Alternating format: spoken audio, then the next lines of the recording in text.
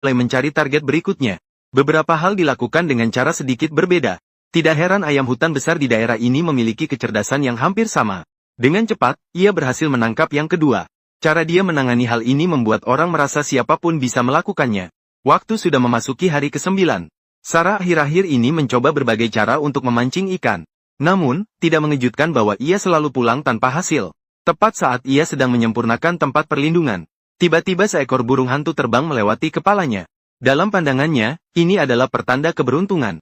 Konon katanya, hal ini dapat menunjukkan arah menuju mangsa kepada pemburu. Namun, saat ini Sarah sudah tidak memiliki tenaga untuk keluar.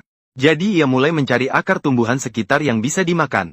Akar dari tanaman bernama stevia ini memiliki rasa manis yang mirip dengan wortel saat dimasak. Akarnya kaya akan karbohidrat dan aman untuk dimakan. Petik lebih banyak untuk mencukupi makan siang. Saat Sarah dalam perjalanan pulang, ia melihat seekor ayam hutan besar di atas batang pohon. Menghadapi sumber protein yang kebetulan muncul, ia langsung menarik busur dan melepaskan anak panah. Hasilnya tidak diragukan lagi, panah itu tepat sasaran. Setelah berhari-hari kelaparan, akhirnya ia bisa makan daging. Ia membawa ayam itu ke tepi sungai dan mencabuti bulunya hingga bersih. Setelah kembali ke perkemahan, ayam itu langsung dimasukkan ke dalam panci untuk dimasak. Sambil menunggu, ia menumis sedikit sayuran liar sebagai pelengkap. Setelah setengah jam berlalu, hidangan lezat untuk piknik pun siap. Dengan asupan kalori yang masuk, ia kembali mendapatkan kepercayaan diri untuk bertahan.